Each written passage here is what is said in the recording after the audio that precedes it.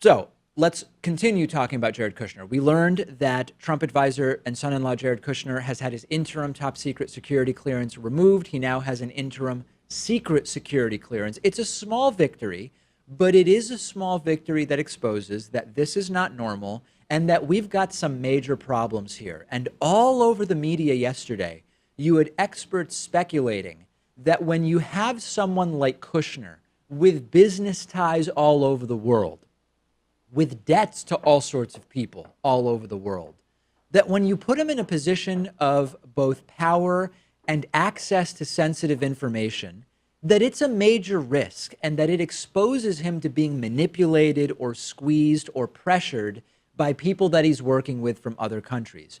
Even if Kushner is no longer running his businesses, he still has financial interests in those businesses, and he still knows how geopolitical events and decisions might impact those businesses. If you're in another country, could be a friendly country, could be a less friendly country, and you know what Jared Kushner's business ties are and his financial troubles, and you know that the guy has an interim top secret security clearance, you can use that to your advantage when dealing with Kushner. And the great thing is, we don't have to speculate about this anymore because the Washington Post has a report exposing that at minimum 4 countries have been talking about how they could manipulate Jared Kushner on the basis of his business arrangements and his financial trouble and his basic total lack of foreign policy experience. We know specifically, because of reporting from the Washington Post, of the United Arab Emirates, the UAE,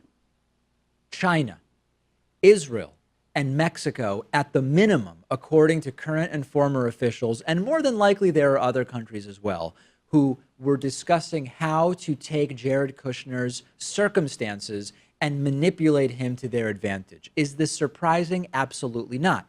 Any experienced foreign policy team would recognize Kushner has no place in international diplomacy. He represents a huge risk to the United States because of his background. Now, do we know whether these 4 countries or others acted on their ideas to manipulate Jared Kushner? No, we don't know that. But what we do know is that this could end up having some pretty significant legal implications. Special prosecutor Robert Mueller, we know, has been investigating the conversations that Jared Kushner had and protocols that he used to set up conversations with foreign leaders. We know that Robert Mueller is interested in financially what is in the background of Jared Kushner. And even officials at the White House have expressed concern that Kushner was being tricked. That's a quote, tricked in conversations with foreign officials.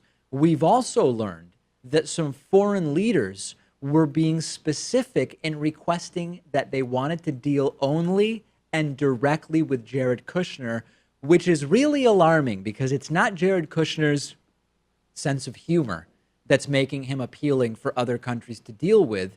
It's that his inexperience and his naivete are making him a great target for other countries to deal with. And from the beginning, I mean, it was always inappropriate for Kushner and Ivanka Trump, by the way, to be involved in this administration.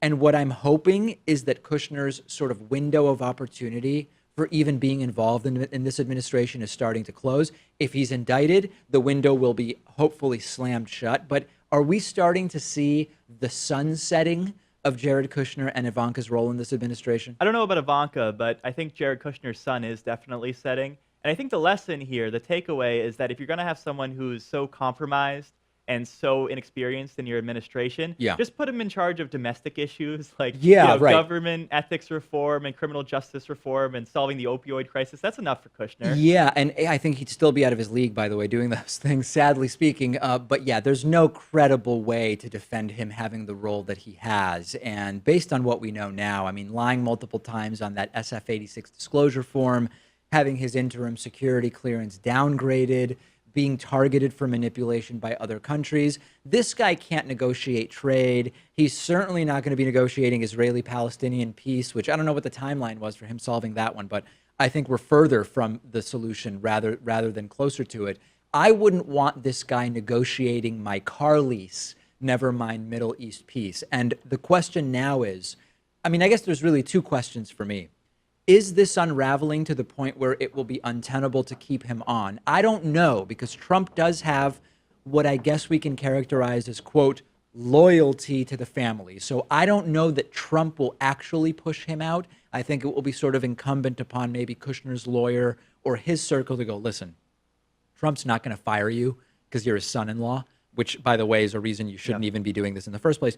But you should probably step away for the good of the country, or he might just be indicted, right? And honestly, I don't even know that Trump would push him out if he was indicted, because he would just say it's a witch hunt and he can stay.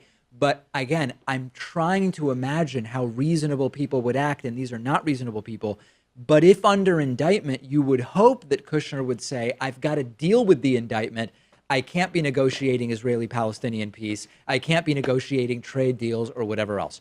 I don't know the answer, but my hope is, and the correct path forward would be, that Kushner and his role in this administration start to evaporate. And I'm actually going to talk about what might already be set up as a soft landing for Kushner a little bit later in the program. Discuss this or any other stories from the show with more than 5,000 of our viewers and listeners on our subreddit at davidpakman.com/REDDIT. Today's episode of the program is made possible in part by Brilliant, which is really a fantastic and unique online service that has sort of reinvented the way people learn math and science. If you watch the show, you're already probably generally curious about how the world works and you like to learn new things. Maybe you have a sort of casual interest in physics or solar energy or AI, philosophy, computer science, but you're ready to take it to the next level. And whether you already have a grasp on these subjects or you want to engage and acquaint yourself with these topics for the first time, Brilliant is the place to go. You can actually learn hands-on by solving problems and puzzles that were designed by expert educators and professionals.